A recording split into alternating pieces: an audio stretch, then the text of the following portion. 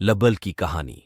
संगीत की तलाश एक दिन की कहानी है जब गाउन की खूबसूरत परी कोइन अपने दोस्त बुलबुल से मिलकर अपनी ख्वाहिशों की बात कर रही थी।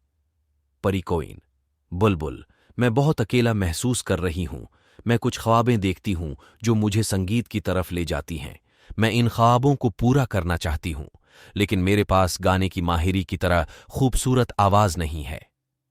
बुलबुल: परी कोइन, तुम अपनी खूबसूरती की गलत फहमी कर रही हो। तुम्हारी आवाज भी कमाल की है। हम मिलकर संगीत की दुनिया में सफर कर सकते हैं और तुम अपने ख्वाबों को पूरा कर सकती हो। परी कोइन खुश हो गई और बुलबुल को संगीत की तालीम देने के लिए रजामंद कर दिया। दोस्ती का सफर शुरू हुआ और परी कोइन ने बुलबुल को संगीत की माहिरी की तरह सिखाया। बुलबुल ने खुद को मेहनती और मुस्ताद साबित किया और उनकी आवाज में जादू हो गया। अब बुलबुल और परी कोइन संगीत की तलाश में निकले और वो जंगलों में अपनी आवाज के साथ गाने गाने लगे। जंगल के जानूर और पौधों ने उनकी आवाजों को सुनकर जवाब दिया और जंगल की रोशनी से भर गया। एक दिन एक बादशाह ने उनकी आवाजों को सुना और उन्हें दरबार में बुलाने का फैसला किया।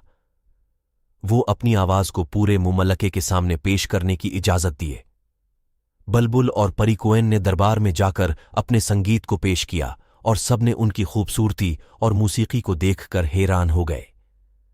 बादशाह ने बुलबुल और परी कोइन को मुमलकत के संगीत के रस्मी मूसीकार बना दिया और वो हर कोने में अपनी खुशबूदार आवाज से संगीत की तालीम देते रहे।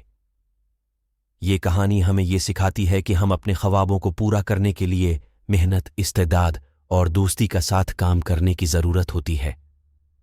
संगीत की तलाश में जाने के लिए हमें खुद पर यकीन करना और मेहनत करना होता है।